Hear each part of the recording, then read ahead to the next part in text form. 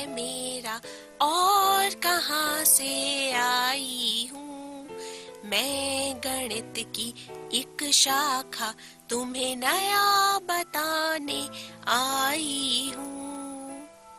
अरे, ये आवाज कहाँ से आ रही है? अरे भाई डरो नहीं, मुझे पहचानने की कोशिश तो करो। मैं ज्यामिति हूँ। ज्यामिति यानी रेखा गणित। अब समझ आया? ओह, तो आप ज्योमेट्री हो? जी हाँ, मैं ज्यामिति यानी ज्योमेट्री ही हूँ। अरे वाह, आज तो बहुत मजा आएगा। लगता है आज जियो मैम अपने बारे में बहुत कुछ बताने वाली हैं। मैं ठीक कह रही हूँ ना जियो मैम? हाँ अनु, तुम बिल्कुल ठीक कह रही हो। तो फिर सुनो मेरी कहानी मेरी जुबानी। मैं हूँ ज्यामिति और बच्चे मुझे प्यार से ज्योमेट्री भी कहते हैं। और रही मेरी महत्ता की बात, तो एक प्राचीन जैन ग्रंथ ने तो ज्यामिति की तुलना कमल से की है। पर जियो मैम, ये तो बताओ, आपको ज्यामिति या ज्योमेट्री ही क्यों कहते हैं? ये तो तुमने बहुत अच्छा सवाल पूछा अनु। तो फिर चलो, सबसे पहले मैं तुम्हें अपने नामकरण के बारे में ही बताती हूँ। ज्योमेट्री शब्द की उत्पत्ति यूनानी शब्दों जियो तथा मेट्री या मैट्रिक से हुई।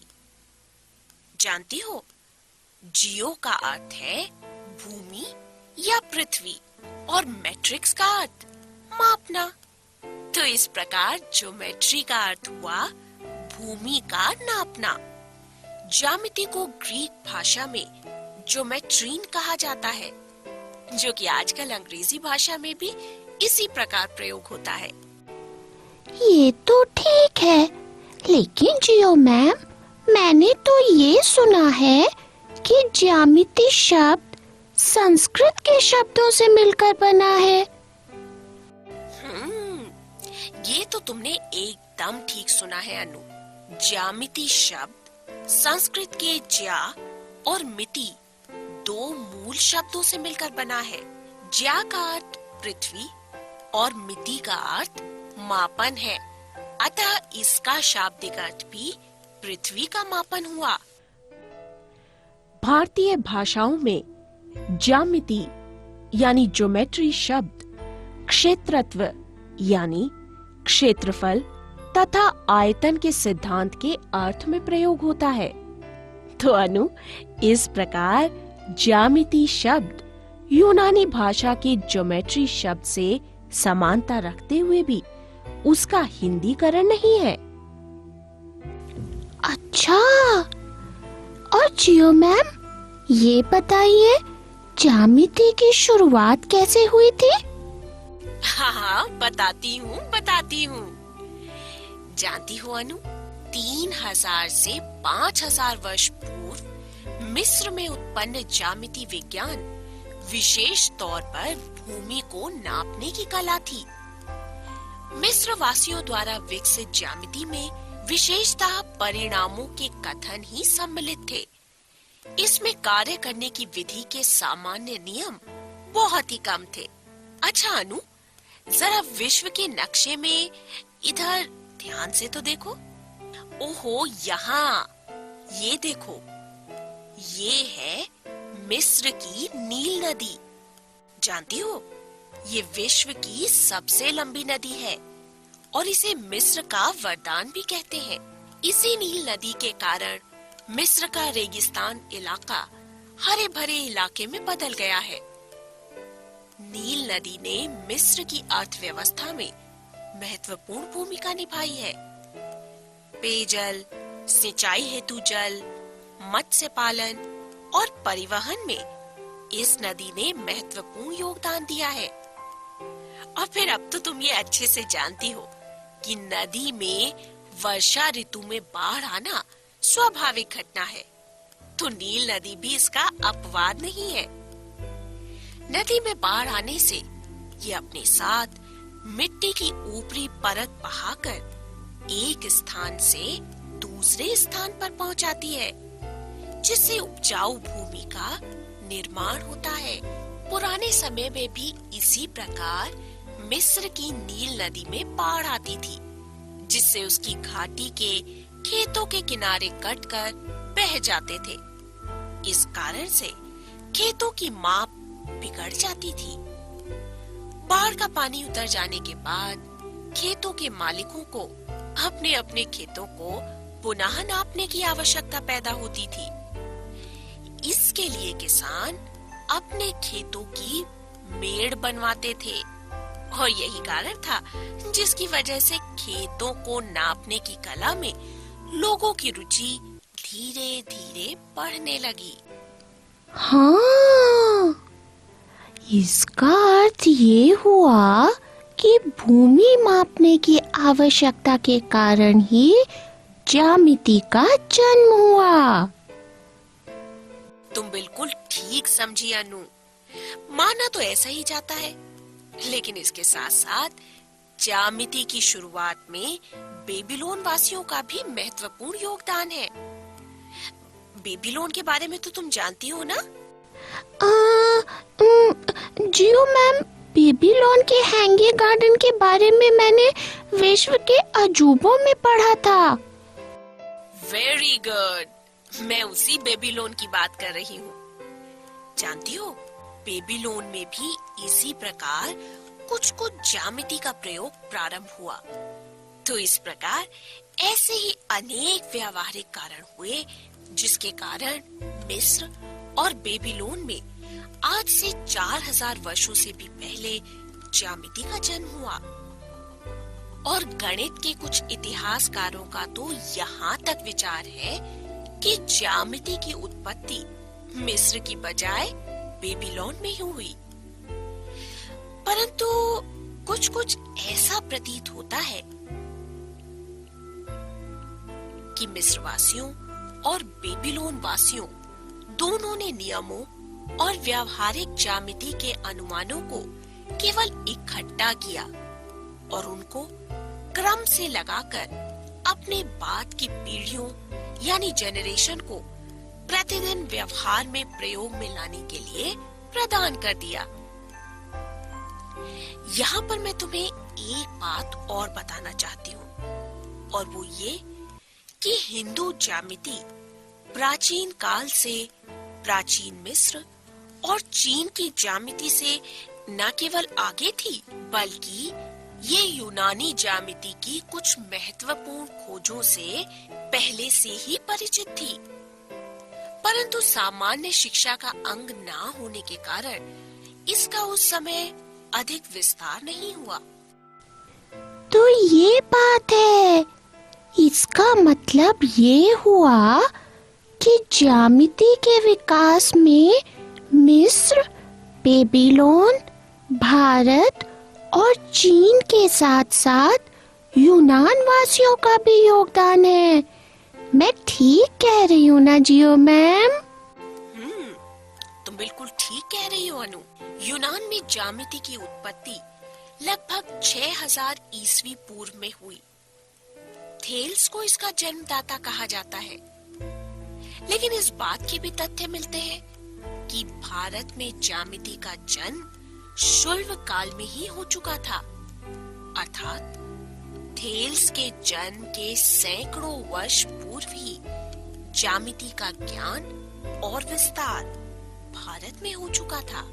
अतः ज्यामिति की जननी भी अंकगणित और बीजगणित की भांति भारत भूमि ही रही है।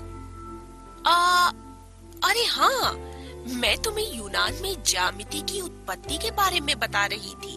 जानती हो, जब यूनान वासियों को भूमि नापने की इस कला में बहुत रुचि हो गई, तो उन्होंने इसको ज्योमेट्रीन नाम दिया।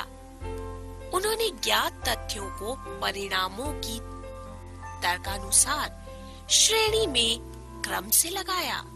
इसका मतलब उस समय के यूनान के लोग ज्यामिति में एक्सपर्ट थे।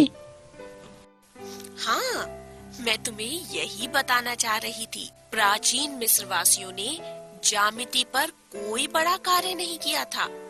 वे पिरामिड आदि के आयतन निकालने के कुछ सूत्र तो जरूर जानते थे, परंतु प्राचीन यूनानी लोग ज्यामिति के विशेषज्ञ थे। यूनानी ज्यामिति का इतिहास 600 ईस्वी पूर्व यूनान ज्यामितिज्ञ थेल्स से प्रारंभ होता है और 641 ईस्वी में आकर समाप्त हो जाता है। यूनान में दर्शन और गणित के अध्ययन के लिए 5 शिक्षण संस्थाओं की स्थापना की गई थी। Ionian school, Pythagorean school, Athens और साइजिकस स्कूल और अलेक्जेंड्रिया के 2 स्कूल। चलो एक एक करके इसके बारे में जानते हैं। सबसे पहले बात करते हैं आयोनियन स्कूल की। इसकी स्थापना थेल्स ने की थी। इस विद्यालय के प्रधान थेल्स और एनेक्सिमेंडर थे। अलेक्जेंड्रिया के गणितज्ञ यूक्लिड के द्वारा लिखी प्रथम 2 पुस्तकों में प्राय सभी प्रमेयों का ज्ञान थेल्स को था। पाइथागोरियन स्कूल, पाइथागोरस ने पाइथागोरियन स्कूल की स्थापना क्रीटोन नामक स्थान में की थी। पाइथागोरियन विद्वानों का ज्ञान आयोनियन स्कूल के विद्वानों के समान था। पाइथागोरियन स्कूल वाले समकोण त्रिभुज का वो कोण जानते थे जो आज पाइथागोरस प्रमेय के नाम से प्रसिद्ध है और जिसकी खोज भारतीय गणितज्ञ बौधायन पहले से ही कर चुके थे। एथेंस और साइजिकस स्कूल। एथेंस और साइजिकस स्कूल के प्रधान विद्वान हिप्पोक्रेटस और यूडोक्सस थे। हिप्पोक्रेटस महान यूनानी ज्यामितिज्ञों में से एक थे। ज्यामिति की प्रथम पुस्तक की स्थापना इन्होंने ही की थी। अलेक्जेंड्रिया के 2 स्कूल। अलेक्जेंड्रिया के 2 विद्यालयों में से प्रथम की स्थापना 300 ईसा पूर्व में हुई और वो 30 ईसा पूर्व तक चलता रहा। यूक्लिड, आर्किमिडीज और अपोलोनियस इस स्कूल के 3 महान गणितज्ञ थे। इनमें यूक्लिड गणित विभाग के अध्यक्ष और महान ज्यामितिज्ञ थे। यूक्लिड ने इस विषय पर अनेक प्रसिद्ध पुस्तकें लिखी। उनकी ख्याति उनकी पुस्तक एलिमेंट्स के आधार पर हुई। 12वीं शताब्दी के अंत में भारत में मुसलमानों के प्रभाव के साथ ही गणित की अरबी और फारसी कृतियों का भारत में प्रवेश होना प्रारंभ हो गया। संभव है कि एलिमेंट्स की अरबी भाषा की प्रति उसी समय भारत में आई हो। फरिश्ता से ज्ञात होता है कि बादशाह फिरोज शाह बहमनी सप्ताह में 3 दिन ज्यामिति, वनस्पति विज्ञान और तर्क शास्त्र पर भाषण सुना करते थे।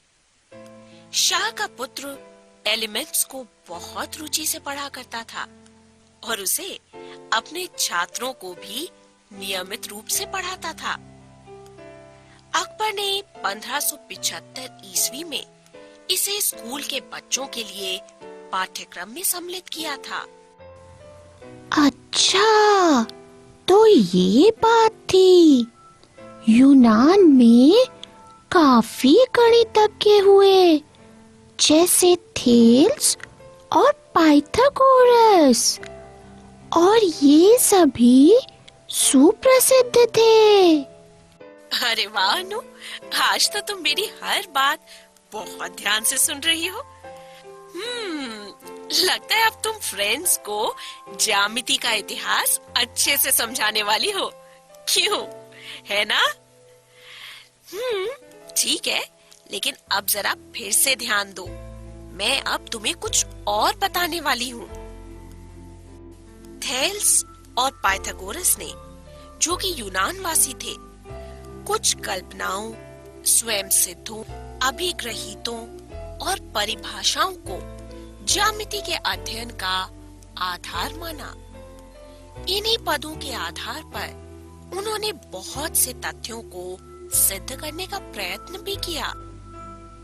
जियो मैम, ज्यामिति के विस्तार में यूनान के प्रसिद्ध गणितज्ञ पाइथागोरस के बारे में तो मुझे भी पता है। आप प्लीज मुझे यूक्लिड के बारे में बताइए ना। उसकी पुस्तक के बारे में मैंने बहुत कुछ सुना है। प्लीज जियो मैम, बताइए ना। अरे वाह, आज तो ज्यामिति के इतिहास में तुम्हें काफी मजा आ रहा है। Very good.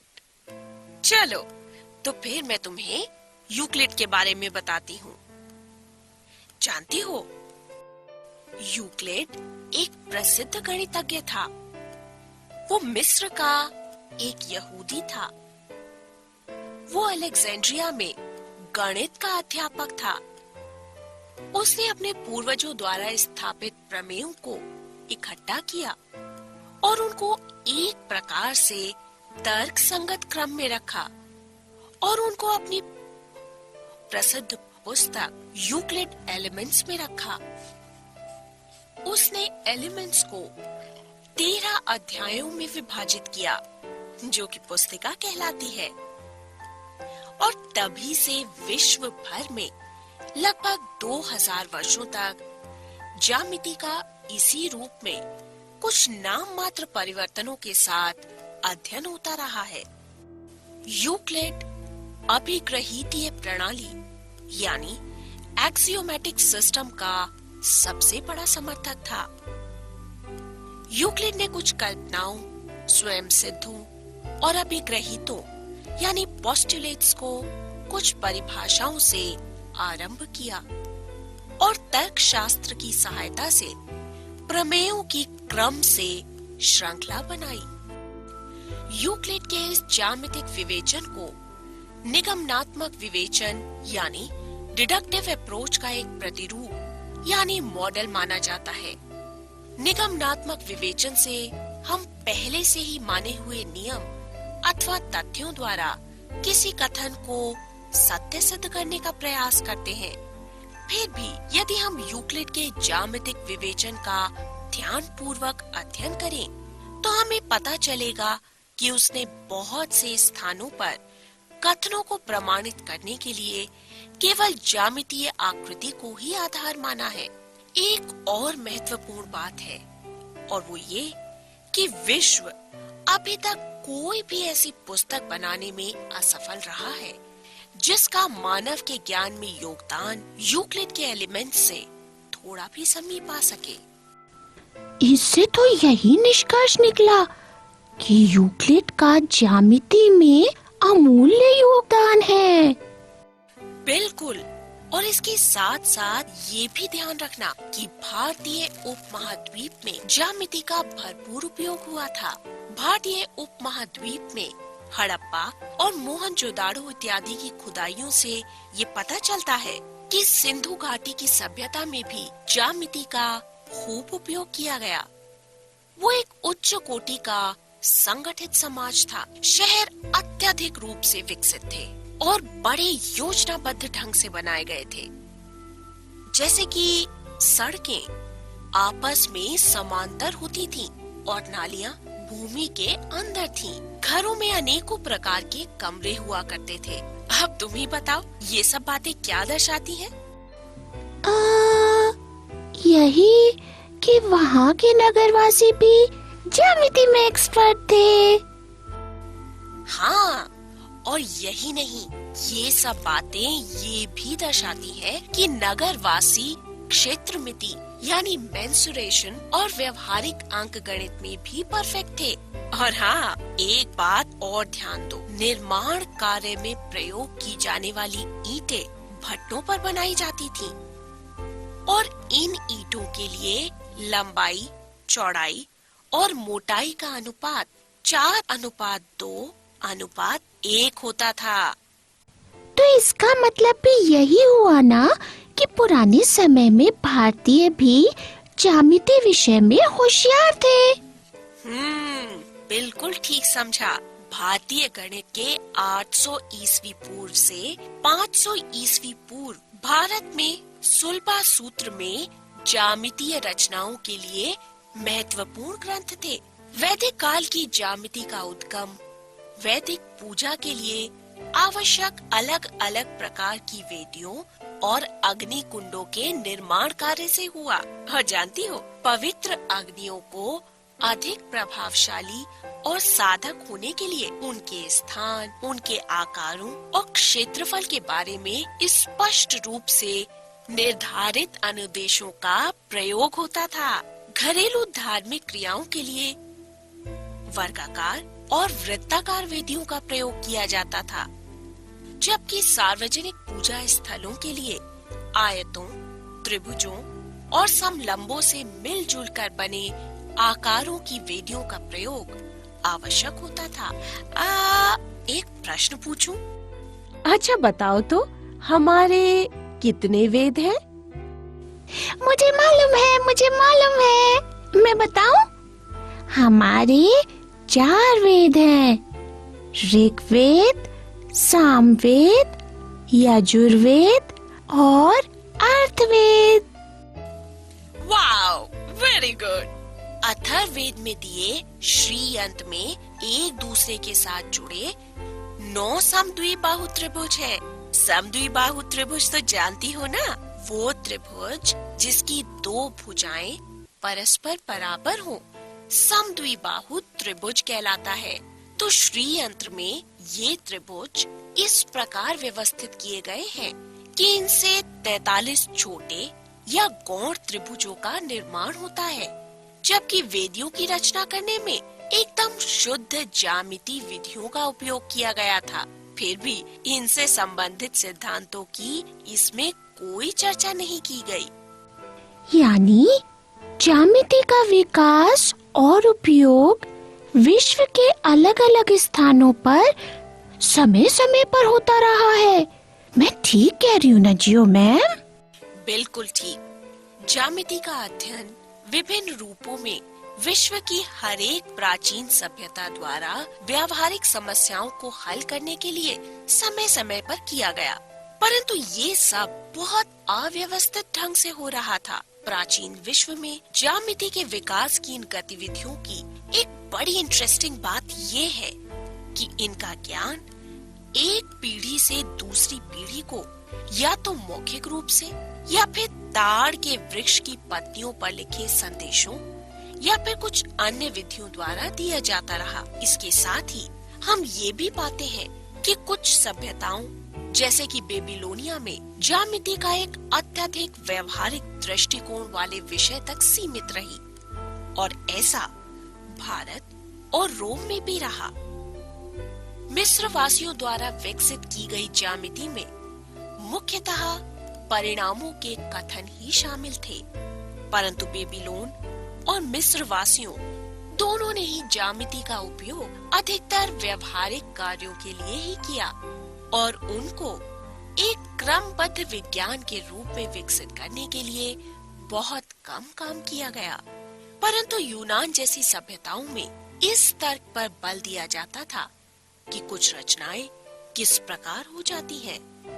वाह जियो मैम, आज तो आपने मुझे ज्यामिति के बारे में बहुत सारी जानकारी दी है। अब आप मुझे यूक्लिड की ज्यामिति के बारे में भी कुछ बताओ ना।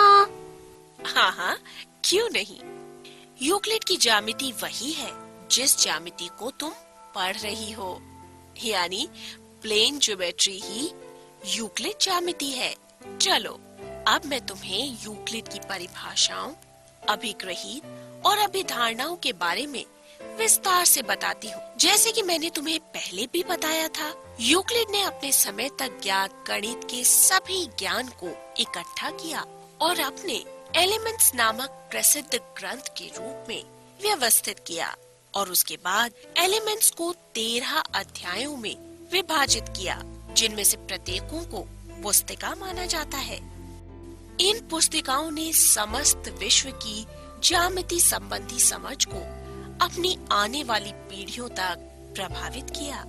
जानती हो अनु, यूक्लिड के समय के यूनानी गणितज्ञों ने ज्यामिति को उस विश्व का एक सिद्धांतीय प्रतिमान यानी मॉडल सोचा जिसमें वो रहते थे। उन्होंने अपने आसपास के ठोसों का अच्छे से अध्ययन करने के बाद ही सिद्धांतीय ज्यामिति की अवधारणा यानी कॉन्सेप्ट का विकास किया। अब ये देखो, ये है इस ठोस का पृष्ठ। ये आकाश के एक भाग को दूसरे से अलग करता है और इसकी कोई मोटाई नहीं होती। पृष्ठों की परिसीमाएं वक्र यानी कर्व या फिर सीधी रेखाएं यानी लाइंस होती हैं। इन रेखाओं के सिरे बिंदु यानी पॉइंट्स होते हैं। एक ठोस की 3 डायमेंशंस यानी विमाएं होती हैं।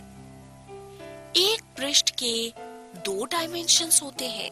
एक रेखा की 1 डायमेंशन होती है तथा एक बिंदु की कोई डायमेंशन नहीं होती।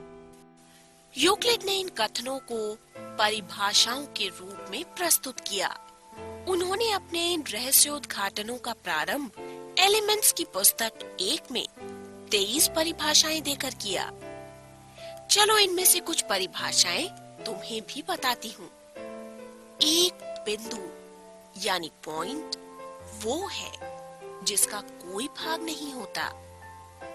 एक रेखा यानी लाइन चौड़ाई रहित लंबाई होती है। एक रेखा के सिरे बिंदु होते हैं। एक सीधी रेखा ऐसी रेखा है जो स्वयं पर बिंदुओं के साथ सपाट रूप से स्थित होती है।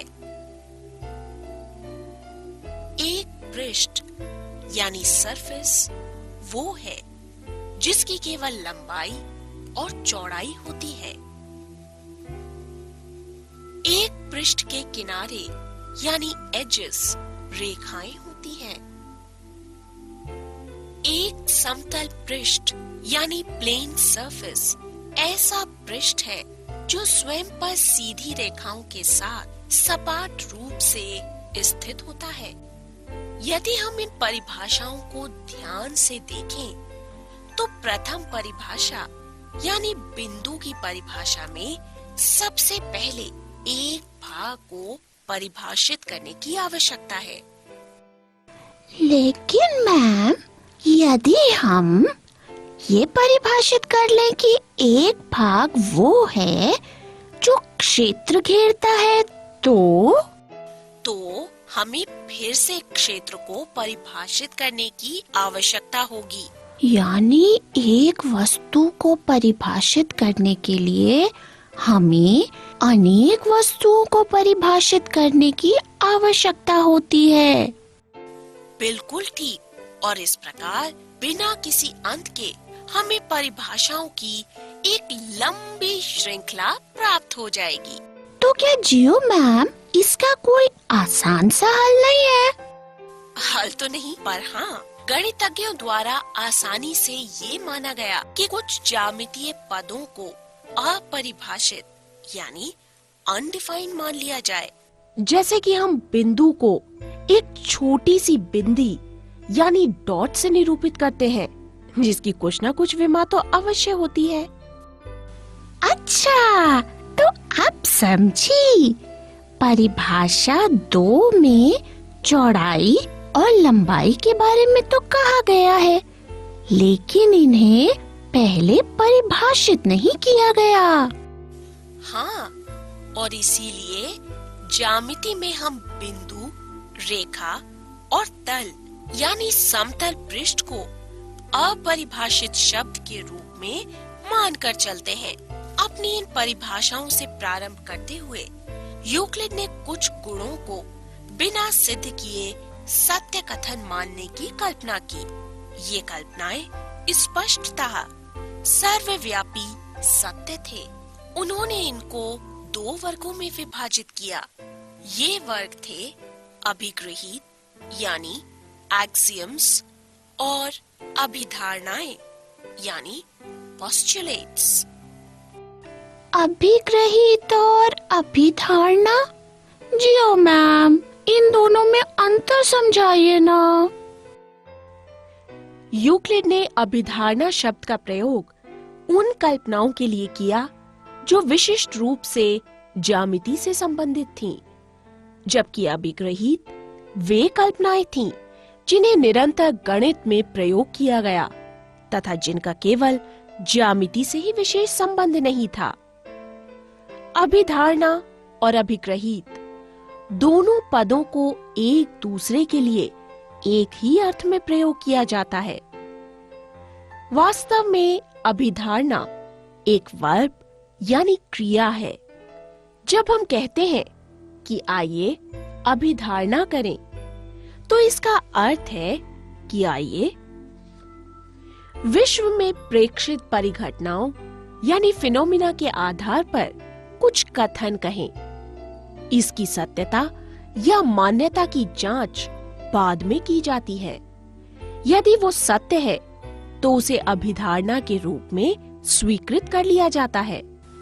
तो क्या जियो मैम हमें गणित में प्रयोग होने वाले तथ्यों को सिद्ध करना जरूरी होता है? देखो, वास्तविकता तो ये है कि गणित का प्रत्येक क्षेत्र कुछ कथनों पर आधारित है। ये वो कथन है जिन्हें हम सत्य मान लेते हैं और उन्हें सिद्ध नहीं करते।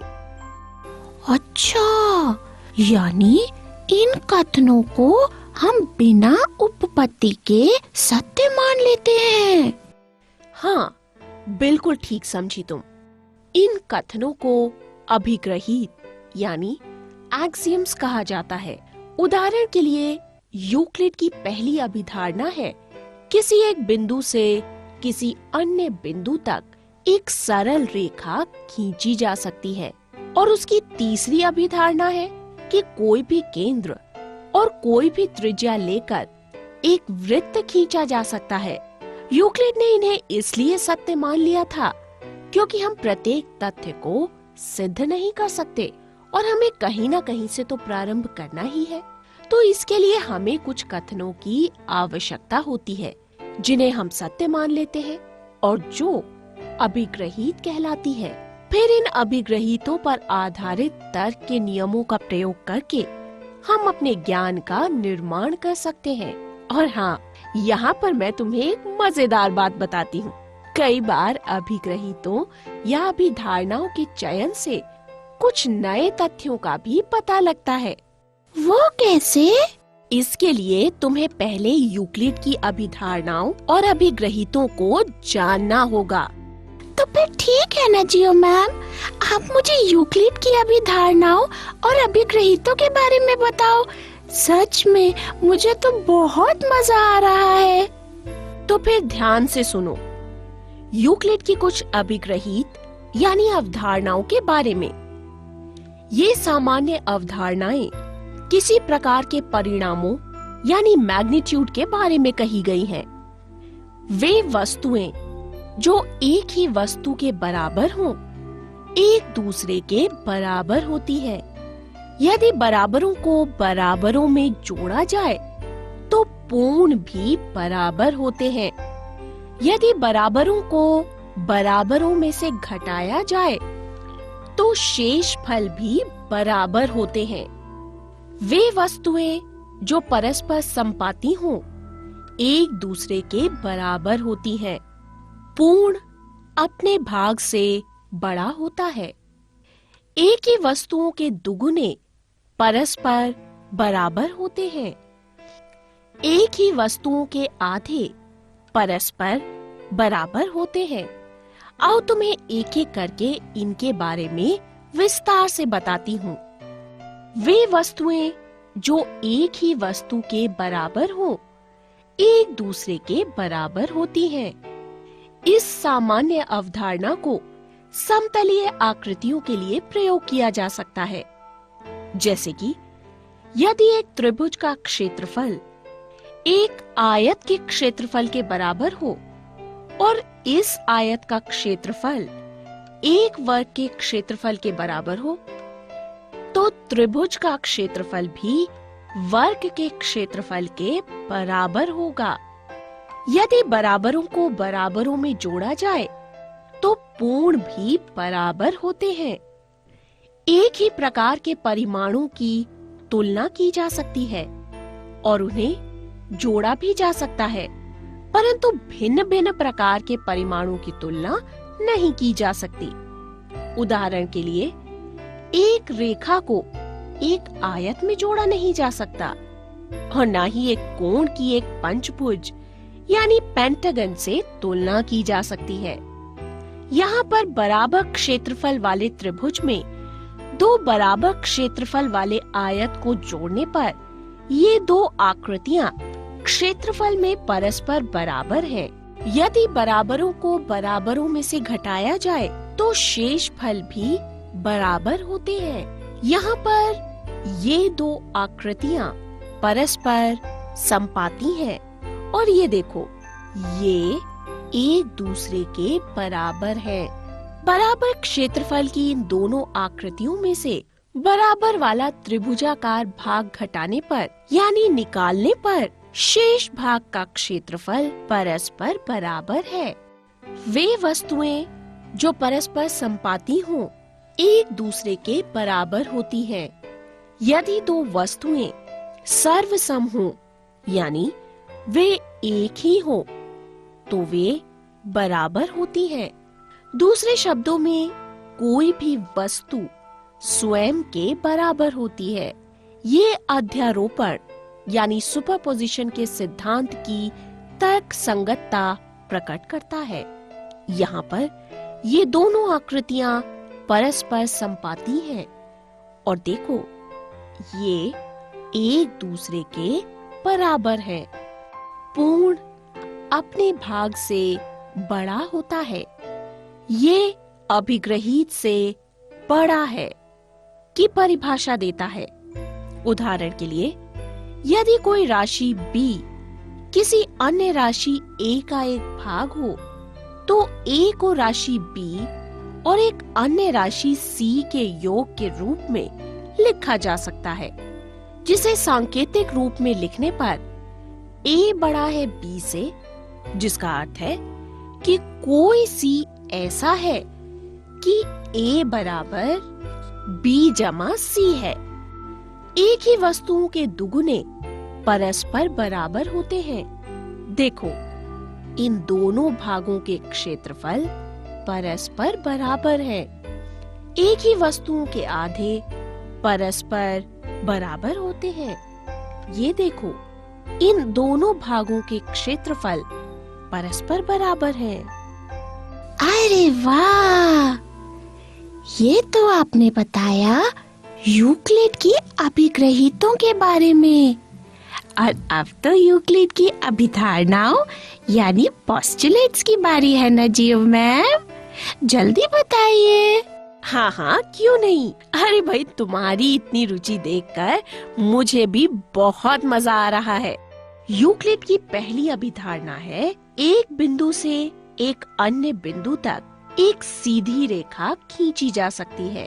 ध्यान दो, ये अभिधारणा हमें बताती है कि दो अलग अलग यानी डिस्टिंक्ट बिंदुओं से कम एक सीधी रेखा अवश्य खींची जा सकती है, परंतु इससे ये बिल्कुल ज्ञात नहीं होता कि ऐसी एक से अधिक सीधी रेखाएं हो सकती हैं या नहीं हो सकती। परंतु अपने सभी कार्यों में यूक्लिड ने बिना कुछ बताए बार बार ये कल्पना की है कि दो भिन्न बिंदुओं से एक अद्वितीय यानी यूनिक सीधी रेखा ही खींची जा सकती है। इस परिणाम को अभिग्रहित के रूप में लिखने पर दिए हुए दो बिंदुओं से होकर एक अद्वितीय रेखा खींची जा सकती है। अच्छा अनु, अब तुम बताओ, बिंदु P से होकर कितनी सीधी रेखाएं खींची जा सकती हैं जो बिंदु Q से होकर भी जाती हो? मैम, यहाँ भी केवल एक ही सीधी रेखा होगी और ये रेखा PQ होगी, ठीक है ना? बिल्कुल ठीक। अच्छा, अब ये बताओ कि बिंदु Q से होकर जाने वाली ऐसी कितनी सीधी रेखाएं हैं जो बिंदु P से भी होकर जाती हैं? मैम, यहाँ भी केवल एक ही सीधी रेखा होगी और ये रेखा PQ होगी, ठीक है ना? यानी दोनों स्थितियों में रेखा तो एक ही हुई और वो हुई रेखा PQ यानी उपरोक्त कथन एक स्वयं सिद्ध यानी सेल्फ एविडेंट सत्य है, इसलिए इसे हम एक अभिग्रहित के रूप में मान लेते हैं। अभिधारणा 2 एक शांत रेखा यानी टर्मिनेटेड लाइन को अनिश्चित रूप से बढ़ाया जा सकता है। ध्यान दो, जिसको हम आजकल रेखाखंड कहते हैं उसे यूक्लिड ने शांत रेखा कहा था।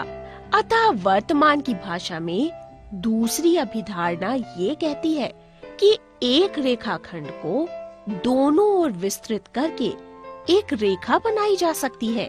अभिधारणा 3 किसी बिंदु को केंद्र मानकर और किसी त्रिज्या से एक वृत्त खींचा जा सकता है। हाँ अनु, यहाँ पर मैं तुम्हें एक विशेष बात बताती हूँ। अभिधारणा 3 केवल द्विविमीय ज्यामिति के लिए ही मान्य है। त्रिविमीय ज्यामिति की स्थिति में अभिधारणा 3 एक स्फीयर को परिभाषित करती है। अभिधारणा 4 सभी समकोण एक दूसरे के बराबर होते हैं। अब मैं तुम्हें यूक्लिड के सबसे प्रमुख अभिधारणा के बारे में बताती हूँ। ये है अभिधारणा 5। यदि एक सीधी रेखा दो सीधी रेखाओं पर गिरकर अपने एक ही ओर दो अंतः कोण यानी इंटीरियर एंगल इस प्रकार बनाए कि इन दोनों कोणों का योग मिलकर दो समकोणों से कम हो, तो वे दोनों सीधी रेखाएं अनिश्चित रूप से बढ़ाए जाने पर उसी ओर मिलती हैं, जिस ओर ये योग दो समकोणों से कम होता है। जैसे रेखा PQ रेखाओं AB और CD पर इस प्रकार गिरे कि अंतः कोणों 1 और 2 का योग जो कि PQ के बाईं ओर स्थित है 180 अंश से कम हो, तो रेखाएं AB और CD आगे बढ़ाने पर PQ के बाईं ओर ही प्रतिच्छेद करेगी। क्यों अनु, कुछ समझ आया? जी मैम, इन पांचों अभिधारणाओं को देखने से मुझे लगता है कि अन्य अभिधारणाओं की तुलना में अभिधारणा 5 कुछ कठिन है। मुझे ठीक से समझ भी नहीं आई। ऐसा तो नहीं है। तुम यदि ध्यान से समझोगी तो कुछ भी कठिन नहीं है। 1 से 4 तक की अभिधारणाओं को स्वयं सिद्ध सत्य के रूप में मान लिया जाता है, परंतु इन्हें सिद्ध करना संभव नहीं है। इसलिए इन कथनों को बिना उपपत्ति यानी बिना प्रूफ के स्वीकृत कर लिया गया है। और हाँ, यहाँ मैं तुम्हें एक बात और बताना चाहती हूँ। यूक्लिड को अपनी प्रथम 28 प्रमेयों को सिद्ध करने में 5वीं अभिधारणा की कोई आवश्यकता नहीं पड़ी। अनेक गणितज्ञों और स्वयं यूक्लिड को ये विश्वास था कि 5वीं अभिधारणा वास्तव में एक प्रमेय है जिसे चारों अभिधारणाओं और अन्य अभिग्रहित की सहायता से सिद्ध किया जा सकता है। परंतु 5वीं अभिधारणा को प्रमेय के रूप में सिद्ध करने के सभी प्रयत्न असफल रहे। परंतु इन प्रयत्नों के कारण एक महत्वपूर्ण उपलब्धि हुई। ये उपलब्धि अनेक अन्य ज्यामितियों की रचनाएं रहीं। ये ज्यामितियां यूक्लिड ज्यामिति से बहुत भिन्न है। हाँ, ये क्या कह रही हो आप मैम? क्या यूक्लिड ज्यामिति के अलावा भी कोई ज्यामिति है? अरे, तो इसका मतलब तुम्हें इसके बारे में कोई जानकारी नहीं है? देखा, आज मैं तुम्हारे ज्ञान में कितनी वृद्धि कर रही हूँ। यूक्लिड ज्यामिति समतल यानी प्लेन ज्योमेट्री है। इससे अलग ज्यामिति को अयूक्लिडीय ज्यामिति कहा जाता है। इन ज्यामितियों की रचना को विचारों के इतिहास में मील का पत्थर माना जाता है, क्योंकि तब तक तुम्हारी तरह प्रत्येक व्यक्ति ये विश्वास करता था कि यूक्लिड की ज्यामिति ही एकमात्र ज्यामिति है और संपूर्ण विश्व यूक्लिडीय है। परंतु जिस विश्व में हम रह रहे हैं उसकी ज्यामिति को अब अयूक्लिडीय ज्यामिति दर्शाया जा चुका है। वास्तव में ये गोलाकार ज्यामिति यानी स्फेरिकल ज्योमेट्री कहलाती है। गोलाकार ज्यामिति में रेखाएं सीधी रेखाएं नहीं होती। ये रेखाएं दीर्घवृत्तों के भाग होती हैं। दीर्घवृत्त तो जानती हो ना? आप प्लीज जियो मैम बताइए ना, मुझे समझ नहीं आई। अरे अरे, तो घबराती क्यों हो? मैं बता देती हूँ। दीर्घवृत्त का अर्थ है ग्रेट सर्कल, जो एक गोले और उसके केंद्रों से होकर जाने वाले तलों के प्रतिच्छेदन से प्राप्त वृत्त के भाग होती हैं। अब ध्यान से देखो, रेखाएं AN और BN जो एक गोले के दीर्घवृत्तों के भाग हैं। एक ही रेखा AB पर लंब है, परंतु ये एक दूसरे से मिल रही हैं, जबकि रेखा AB के एक ही ओर के अंतःकोणों का योग दो समकोणों से 90 अंश जमा 90 अंश बराबर 180 अंश है। और साथ ही ध्यान दो, त्रिभुज NAB के कोणों का योग 180 अंश से अधिक है, क्योंकि यहाँ कोण A जमा कोण B बराबर है 180 अंश। तो इससे यही निष्कर्ष निकलता है कि यूक्लिडीय ज्यामिति केवल एक तल में बनी आकृतियों के लिए ही मान्य है। जियो मैम, आप बहुत अच्छी हो। आज आपने मुझे कितनी सारी नई नई और रोचक जानकारी दी है। अब तो मुझे बिल्कुल अच्छे से समझ आ गया कि यूक्लिड ज्यामिति केवल एक तल में मान्य है तथा नॉन यूक्लिडियन ज्यामिति गोलाकार ज्यामिति है। ओह, थैंक यू। अब ध्यान से सुनो। यूक्लिड ने अपनी अभिधारणाओं और अभिग्रहित को देने के बाद इनका प्रयोग अन्य परिणामों को सिद्ध करने में किया। फिर इन परिणामों का प्रयोग करके उन्होंने निगमनिक तर्कण यानी डिडक्टिव रीजनिंग द्वारा कुछ और परिणामों को सिद्ध किया। ये निगमनिक तर्कण क्या है जियो मैम? देखो, मैंने तुम्हें पहले भी इसके बारे में समझाया था। अब जरा ध्यान देकर सुनो। निगमनिक तर्कण का अर्थ है तर्क का प्रयोग करके पहले से स्थापित किए गए कथन से हम एक परिणाम या कथन प्राप्त यानी निगमित कर सकते हैं। किसी उदाहरण से समझाओ ना। चलो ठीक है, देखो हम ये सिद्ध कर लेते हैं कि दो विषम संख्याओं का गुणनफल सदैव ही विषम होता है। तब बिना किसी गणना के हम तुरंत निष्कर्ष निकाल सकते हैं कि 70,001 गुणा 1,34,563 विषम होगा, क्योंकि 70,001 और 1,34,563 दोनों संख्याएं ही विषम हैं। क्यों, आप समझी या नहीं?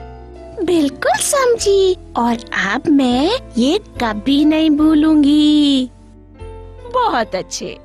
मुझे खुशी है कि तुम ध्यान देकर मेरी सभी बातें समझ रही हो। शाबाश।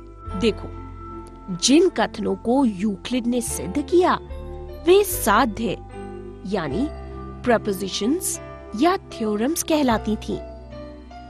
यूक्लिड ने अपनी अभिग्रहितों, अभिधारणाओं, परिभाषाओं और पहले सिद्ध की गई प्रमेयों का प्रयोग करके एक तार्किक श्रृंखला में 465 साध्य निगमित यानी डिडक्ट किए।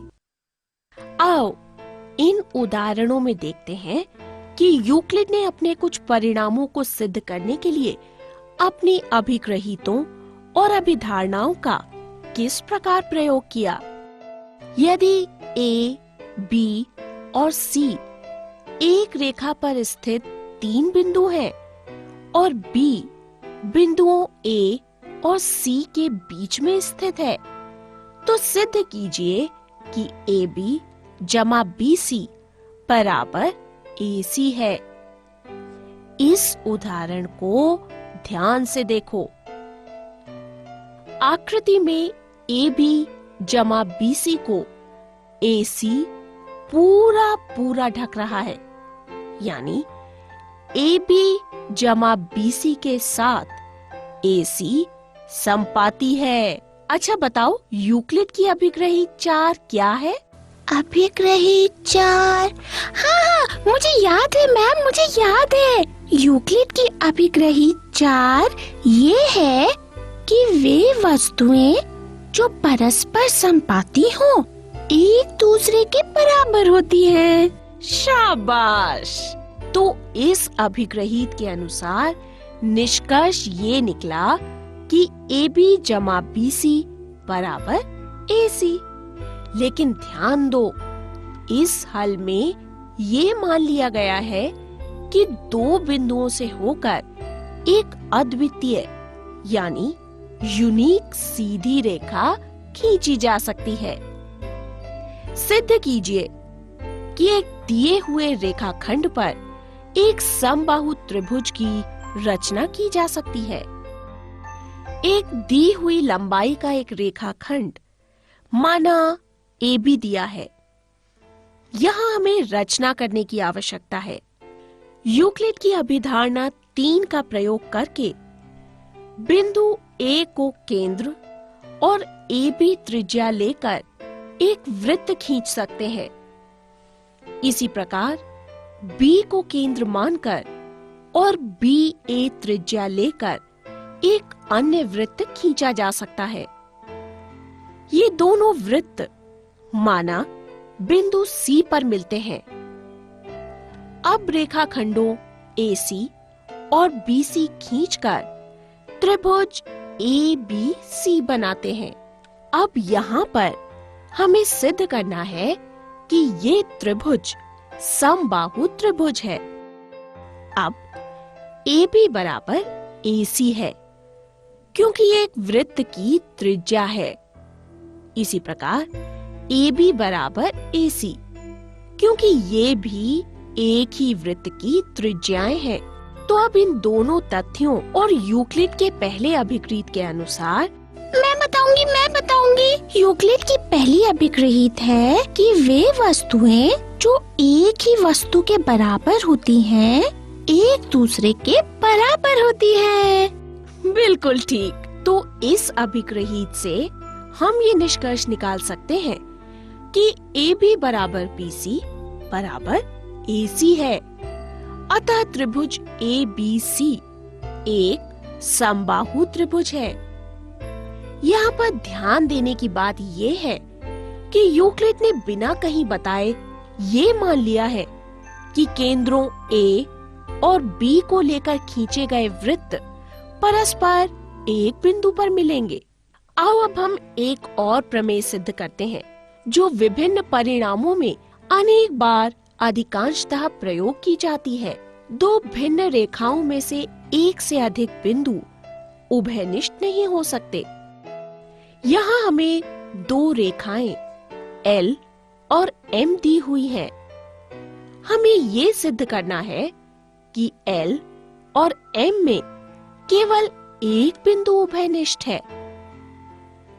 माना ये दोनों रेखाएं 2 अलग अलग बिंदुओं P तथा Q पर काटती हैं।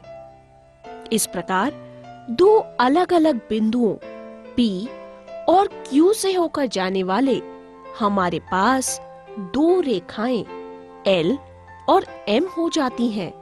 परंतु ये कथन अभिग्रहित 5.1 के विरुद्ध है, जो कहती है कि दिए हुए 2 भिन्न बिंदुओं से एक अद्वितीय सीधी रेखा खींची जा सकती है।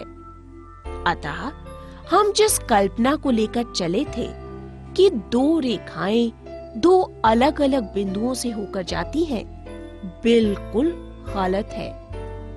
इससे यही निष्कर्ष निकलता है कि दो भिन्न रेखाओं में एक से अधिक बिंदु उभयनिष्ठ नहीं होगा।